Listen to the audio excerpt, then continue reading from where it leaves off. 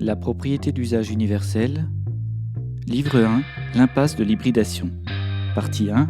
Mythes et préjugés. Le détournement de l'État.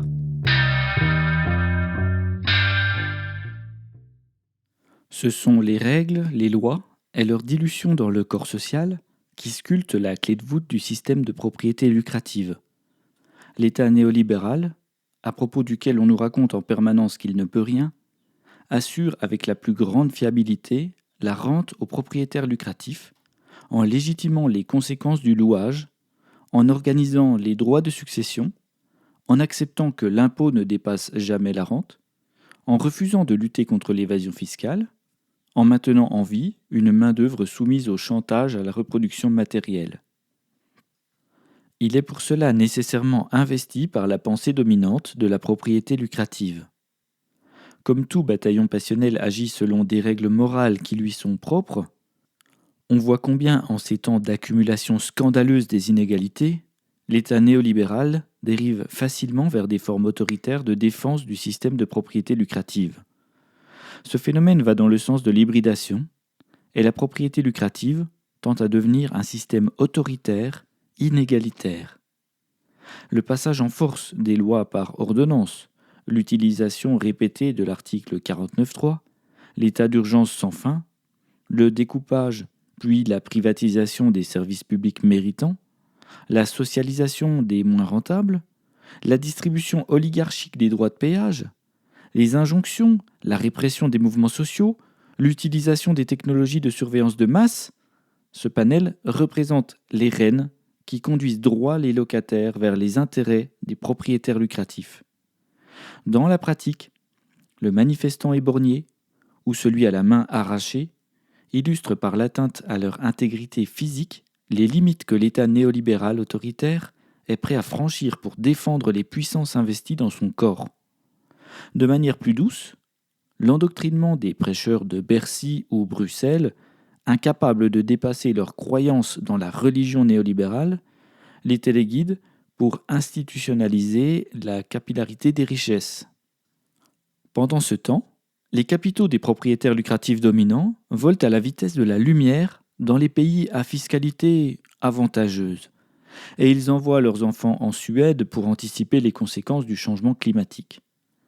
Enfin, le pouvoir des mots termine le travail par la suppression du vocabulaire négatif et le maintien illusoire d'une démocratie dans laquelle ce qui reste du citoyen participe à un jeu de cirque romain et signe périodiquement des chèques en blanc à des pseudo-représentants. La constitution des grandes fortunes provient souvent des droits de péage que l'État leur accorde. Le contrôle de l'espace public délégué par l'État à des propriétés lucratives, quand ce n'est pas directement à des propriétaires lucratifs, et sans aucun contre-pouvoir démocratique, leur permet de générer des rentes confortables et assurées. Les sociétés d'autoroutes à péage fournissent l'exemple typique d'une rente perpétuelle sans concurrence. Là où l'État a délégué sa puissance régalienne, on trouve des grandes fortunes. Rappelons que l'argent de ces rentes perpétuelles, volées aux travailleurs et aux consommateurs, ne paye aucun service, ni aucun salaire. C'est-à-dire que les rentiers profitent purement et simplement de leur position sociale pour s'enrichir, parce que c'est leur droit, le droit de la propriété lucrative. Le peu d'argent qu'ils dépensent ou investissent en France ne compensera jamais la valeur du travail détourné par la rente. Si les travailleurs de ces compagnies possédaient le pouvoir du travail abstrait, on pourrait estimer que le compromis soit acceptable, mais ce n'est pas le cas. Les salariés de ces entreprises sont payés uniquement pour réaliser le travail concret. Ainsi, la différence entre l'aristocratie des royaumes du passé et l'aristocratie de la propriété lucrative s'amenuise. Les lois de la succession terminent le travail oligarchique lorsque ces nouveaux nobles se reproduisent entre eux. Il existe dans l'Occident des enfants qui naissent non plus ducs, princes ou marquis, mais titulaires de portefeuilles d'actions et d'un lot de propriétés lucratives suffisant pour assurer une position sociale dominante à vie. Ils n'ont aucun mérite. Leur intelligence ne dépasse pas forcément celle des travailleurs les plus modestes, et à leur décharge, ils n'ont pas choisi ce statut. Seulement, ils incarnent la preuve que la révolution porte bien son nom. à savoir qu'elle procède d'un combat cyclique dont les formes peuvent varier. La linéarité de l'histoire n'existe pas, et les paradigmes les plus assurés sont régulièrement détrônés par des rabattages de cartes intenses. Guerre, révolution, événements biologiques, changements climatiques, etc. Les sociétés humaines se déconstruisent et se reconstruisent. Les pyramides éternelles se délitent par l'érosion ou le pillage, un bombardement ou un séisme. Un jour, les hiéroglyphes deviendront sable, et les valeurs existentielles d'une civilisation glorieuse tomberont dans l'oubli, comme les cités englouties. Une autre civilisation prendra le relais, avec de nouvelles croyances, religieuses ou non. Elle construira ses temples, aura ses prophètes, ses prêtres, et prétendra agir elle aussi au nom de l'Éternel. Ainsi, la croyance d'une révolution unique et définitive s'effondre. Lorsqu'une ère se termine, une nouvelle la remplace. La nature a horreur du vide, c'est bien connu. Il n'y a pas à s'émouvoir, se réjouir ou détester ce phénomène. Il est inévitable car la vie est intrinsèquement éphémère et que les phénomènes sociaux émanent du vivant. On y pense rarement, mais les dépenses de l'État social, souvent stigmatisées par les propriétaires lucratifs, forment pour l'essentiel des profits présents ou futurs pour eux-mêmes. Même si les propriétaires lucratifs s'animent régulièrement pour exprimer tout leur ressentiment à l'égard du collectivisme, ils oublient que l'État dépense l'argent qu'il collecte en intégralité, que cette somme provient de la force du travail des producteurs et qu'elle sert aussi les intérêts des rentiers. L'État redistribue sa fortune directement ou indirectement, sous forme d'exemptions ou de services gratuits, dans les mains de ceux qui mobilisent la propriété lucrative. Accommodation fiscale pour les hauts revenus, salaires et avantages indécents des hauts fonctionnaires, alimentation du marché lucratif via les marchés publics, sans oublier les allocations distribuées aux pauvres. Ceux pour qui épargne et impôt sur le revenu sont deux phénomènes inconnus. Ce que ne vous dira jamais un propriétaire lucratif, c'est que les allocataires sociaux dépensent l'essentiel de leurs allocations dans les propriétés lucratives, pour manger, se loger, se vêtir, se chauffer, s'éclairer, se déplacer, se divertir, pour vivre. Dans ces circonstances, les arguments des propriétaires lucratifs contre l'assistance publique s'amaigrissent. L'argent de l'État ne provient pas de leur travail, mais du travail des salariés, et il est dépensé dans leur propriété lucrative. Ce phénomène vient confirmer l'inexistence du capitalisme pur et son besoin structurel de fonctionner en hybridation avec une forme de collectivisme. Malgré cette évidence, les propriétaires lucratifs ne se résignent pas à demander toujours plus d'avantages au nom de la flexibilité, de la souplesse ou de l'agilité, et on s'étonne d'avoir des vertèbres déplacées. Précisons à propos de l'aide aux pauvres, c'est-à-dire aux locataires intégraux, que la propriété d'usage préfère toujours distribuer un outil de travail plutôt que de l'argent en charité. Ainsi, elle donne un moyen d'émancipation qui sort le locataire intégral de sa double dépendance au propriétaire lucratif de l'outil de production et à l'assistanat de l'État. Elle le sort de l'humiliation de la charité pour lui permettre d'exprimer et de produire un revenu avec son travail. Peut-être faudra-t-il encore aider les plus fragiles, mais la règle dominante sera de promouvoir l'émancipation. Ainsi, le principe de la socialisation redistribuée change de paradigme et cherche enfin à supprimer l'origine de la pauvreté au lieu d'en pallier les effets, pour redonner une dignité à ceux que le système hybride exclut depuis trop longtemps. Nous pourrions aussi aborder le point du chômage, invention capitaliste qui, au lieu de scandaliser les propriétaires lucratifs pour son coût, devrait plutôt leur donner envie de se cacher. Le chômage généré et maintenu par le mode de propriété lucrative oriente le coût du travail à la baisse et forme une réserve de main-d'œuvre docile. Les organismes d'insertion ne possèdent pas le pouvoir abstrait de créer les emplois manquants, puisque cette compétence est entre les mains des travailleurs abstraits, des propriétaires lucratifs qui réalisent des arbitrages dont les conséquences peuvent mettre sur le carreau des travailleurs. Lorsqu'on est entièrement mobilisé par la rente, est qu'on maîtrise le travail abstrait. Il est logique de favoriser les solutions qui mènent à la rente maximum. Or, ces solutions sont rarement compatibles avec le plein emploi. Dans ces conditions, les fonctionnaires des organismes d'insertion peuvent toujours rédiger des CV pour les candidats à l'embauche, mais ce travail n'est d'aucune utilité contre la transformation de la rente en capital, ni contre la tentation permanente de délocaliser les moyens de production. On pourra toujours culpabiliser, dévaloriser, responsabiliser le chômeur, lui demander de traverser la rue pour accepter le premier travail venu, car cela ne fera pas revenir les usines délocalisées. Cela ne décidera pas les propriétaires lucratifs à renoncer à leur rente. La propriété lucrative pousse par nature les propriétaires lucratifs à considérer la rente comme une priorité absolue. Et dans une économie mondialisée, les dividendes versés aux actionnaires étrangers exportent la valeur du travail des locataires, sans certitude que cet argent sera dépensé en consommation dans le pays producteur. La rente perd son caractère prioritaire uniquement lorsque la propriété lucrative est en danger, soit parce que la survie des locataires n'est plus assurée, soit parce que le système d'avance montre des signes de faiblesse, soit parce que l'environnement est si dégradé que la production devient impossible et la propriété perd de sa valeur.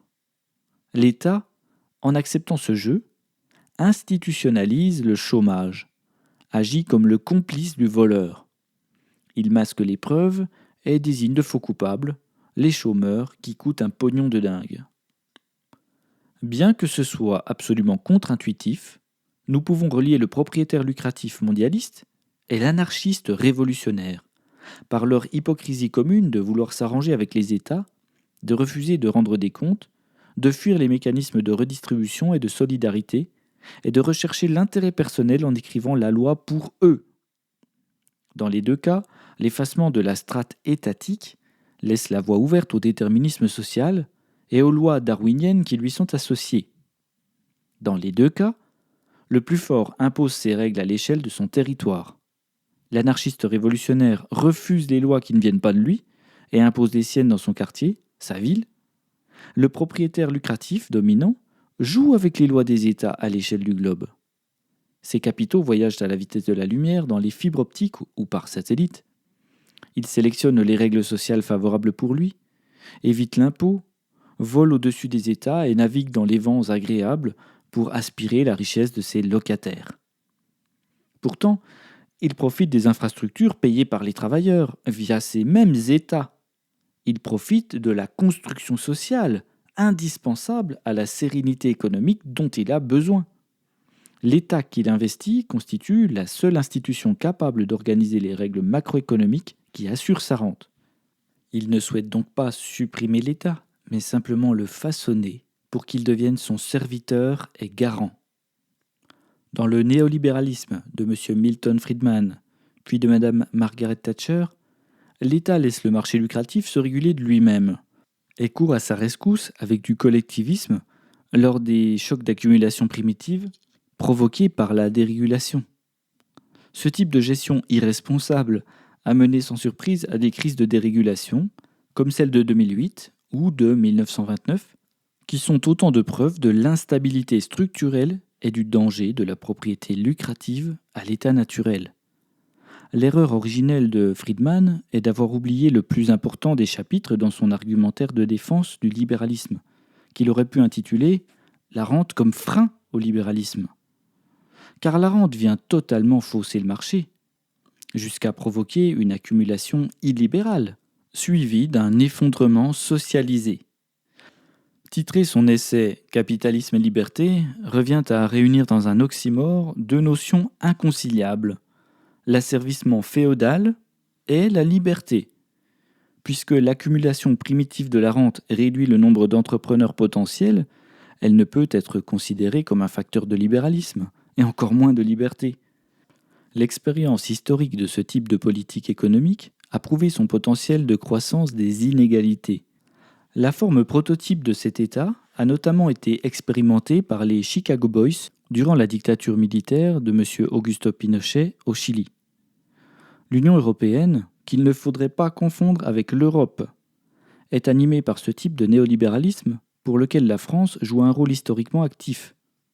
Mais elle tend à se convertir à la seconde forme de néolibéralisme que nous allons aborder immédiatement. Encore plus hybridé, le néolibéralisme de M. Keynes, appliqué en remède aux crises, fait de l'État un moyen pour socialiser l'assurance vie des propriétaires lucratifs, pour fiabiliser la rente. Il considère l'État comme un serviteur du marché lucratif, toujours présent pour rembourser les faillites, les excès des propriétaires lucratifs, reconvertir les sites industriels, la nature polluée, gérer les travailleurs laminés, réparer les dégâts provoqués par les comportements des investisseurs financiers ou par des événements exogènes. Il a surtout compris que les salariés les moins payés et les plus nombreux supporteraient les banqueroutes ou autres événements imprévus, usant du vieux principe qu'il vaudrait mieux prélever 1 sou à 1000 personnes plutôt que 1000 sous à une personne. Sa méthode, l'injection de liquidités dans le marché pour obtenir des effets multiplicateurs, appelle à une forme de collectivisation. Dans ces circonstances, les acteurs du marché ne vivent pas dans le monde libéral qu'ils idéalisent, mais selon les décisions d'un État central planificateur. C'est à se demander pourquoi le terme de libéralisme a été conservé pour désigner les politiques socialistes de relance keynésienne. Pourtant, le même constat tombe sous nos yeux.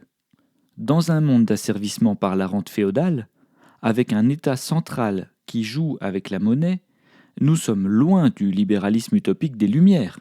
Comme Friedman, Keynes minimise l'effet des rentes sur le marché, sur l'accumulation de richesses, sur la liberté d'entreprendre, et ne remet jamais en cause le mode de propriété, ni le système fou de la création monétaire dont nous reparlerons un peu plus tard en détail.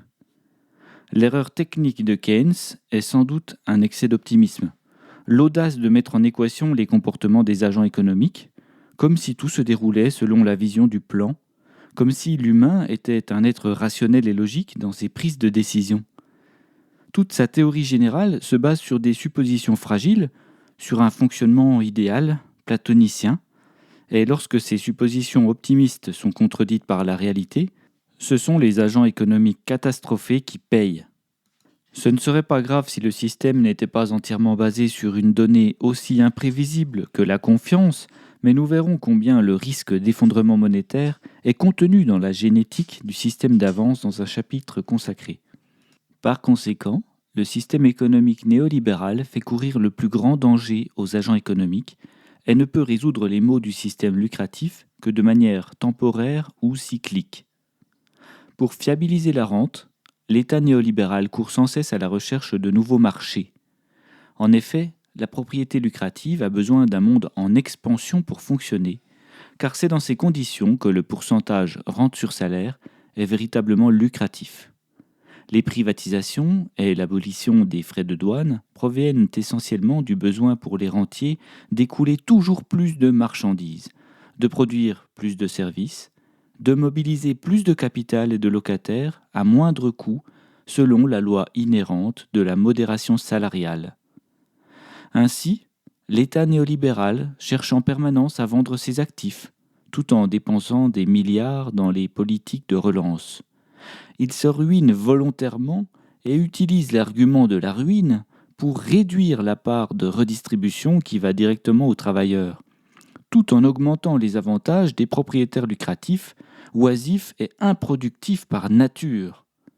Il augmente non pas le ruissellement, mais la capillarité en fonctionnant comme une assurance sur la rente pour les propriétaires lucratifs. L'État hybride au service des rentiers favorise la forme lucrative de la division du travail, qui a pour effet d'augmenter la production à coût égal. Voyons cette mécanique. Pendant un temps, la rente est élevée, puis, par mimétisme de la recherche de la rente, les concurrents participent à la surproduction. Les prix sont tirés vers le bas et la rente diminue. Le propriétaire lucratif est alors obligé de chercher de nouveaux marchés et de consommer plus d'énergie dans les machines pour s'assurer à nouveau une rente plus élevée. Cela accompli, la production augmente à nouveau, et au bout d'un temps, les prix baissent à nouveau. Ce cycle productif nommé croissance a pour effet de rechercher toujours l'augmentation quantitative de la production. Il mène immanquablement à des phases de surproduction, puis de crise, puisque le marché ne peut absorber éternellement la marchandise produite, et qu'il faut toujours plus d'énergie pour augmenter la production. L'État, en institutionnalisant la propriété lucrative, devient acteur de cette course à l'infini, celle qui remplace le poisson des mers par du plastique, les forêts primaires par des champs labourés, arrosés de pesticides, celle qui génère des feux de forêt géants, des tornades plus fréquentes, des épidémies, etc. Son discours paradoxal consiste à nous expliquer qu'il faut rechercher la croissance tout en cessant de détruire l'environnement, ce qui est techniquement impossible à long terme.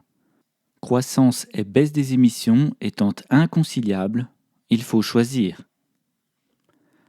Comme les princes subissent toujours l'économie de leur pays et qu'ils sont couronnés dans un système institutionnalisé, donc rigide, il ne faut attendre aucune révolution par le haut, d'un seul homme. L'idée naïve qu'une élection présidentielle puisse avoir un quelconque effet sur le mode de production lucratif peut au mieux alimenter les craintes fantasmatiques des médias dominants. Dans ces conditions, parler de démocratie évoque tout au plus une plaisanterie. La France fonctionne selon un mode de gouvernement représentatif qu'il ne faudrait pas confondre avec le pouvoir du peuple. Le profil type des représentants, professionnels de la politique et diplômés de l'enseignement supérieur pour leur quasi-totalité, ne représente pas le peuple. La résignation lisible dans les scores d'abstention illustre simplement la lucidité des citoyens français à propos de la comédie électorale. Les propriétaires lucratifs gagnent toutes les élections, quel que soit le candidat, puisqu'ils ont modelé la démocratie à leur image, voltairienne, jacobine, autoritaire, non représentative de la majorité, portée par des penseurs endoctrinés et orateurs du discours dominant. La lutte contre les dominations pourrait représenter une motivation suffisante pour se déplacer jusqu'au bureau de vote. Mais la succession des suffrages sans effet finit par convaincre les dominés de rester dans leur chaumière les dimanches d'élection. L'abstention, agitée comme un terrible danger pour la démocratie, est en réalité la conséquence directe d'un manque de démocratie. La colère des commentateurs trahit en réalité leur incapacité à comprendre la différence entre gouvernement représentatif et démocratie, leur incapacité à comprendre qu'on puisse refuser de participer à cette mauvaise comédie, et nous donne une indication sur le niveau d'aveuglement idéologique dont ils sont victimes. De la même manière qu'on brandit la menace de l'enfer aux mécréants, ils ressortent inlassablement l'argument de la chance inouïe qu'ont les citoyens de choisir leurs représentants, mais aussi que l'abstention mènerait directement à la dictature, bien que le régime hybride en prenne la voie, à la guerre, la débâcle économique, l'enfer. Les candidats, donc les élus, étant triés par les mécanismes de l'institution, c'est-à-dire par le résultat institutionnel de la construction idéologique de la propriété lucrative, la probabilité qu'un dissident réellement dangereux réussisse à franchir la barrière institutionnelle de l'accès à l'élection semble proche de zéro. Dans ces conditions, reprocher aux abstentionnistes de cesser de faire semblant de croire au jeu électoral paraît osé.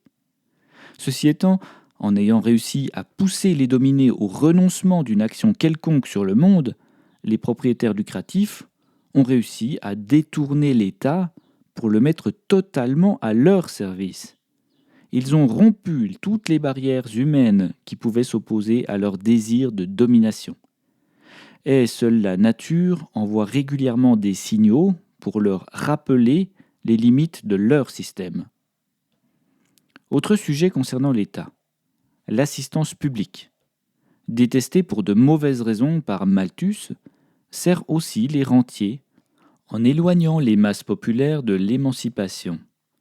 Elle consiste à panser une plaie sans la guérir, à sortir le pauvre de la misère sans lui donner la possibilité de maîtriser son travail, en l'interdisant de propriété.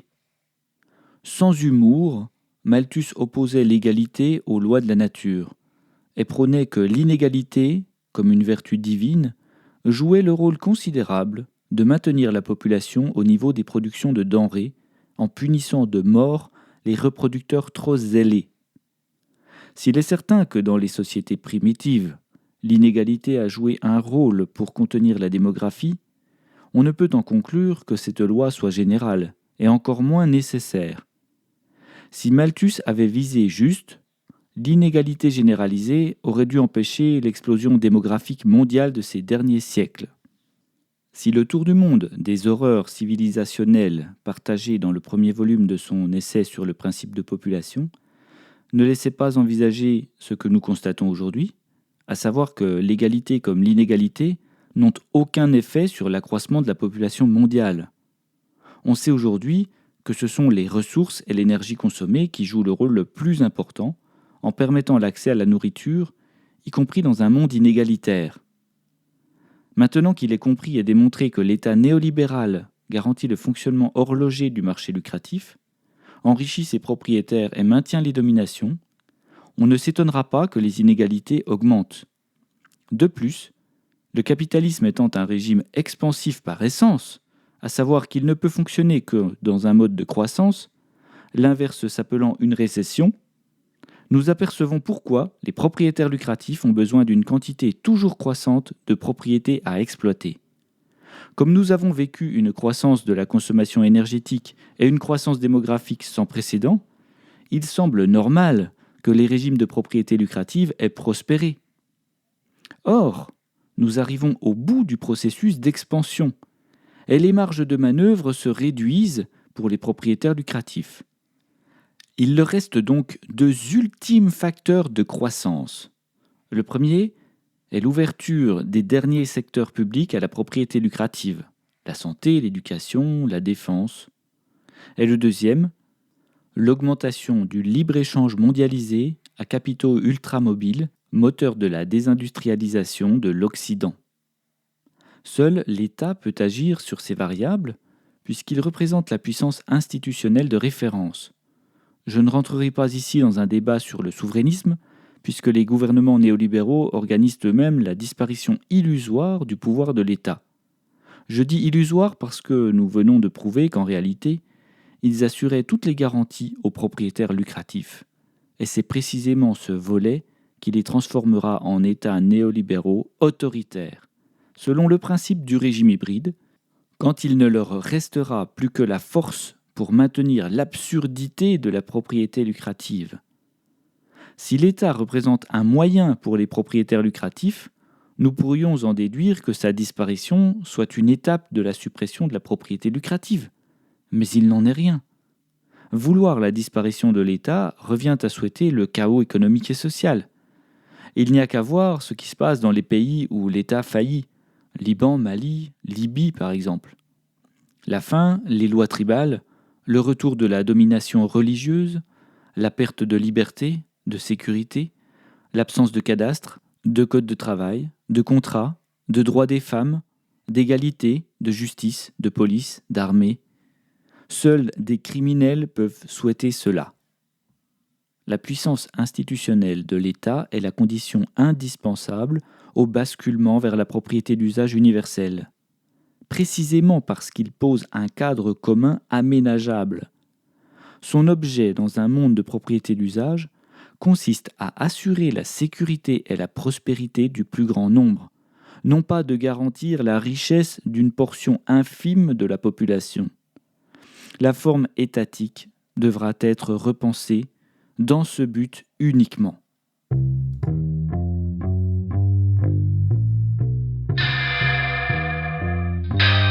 Retrouvez le texte intégral sur lapropriétédusage.com.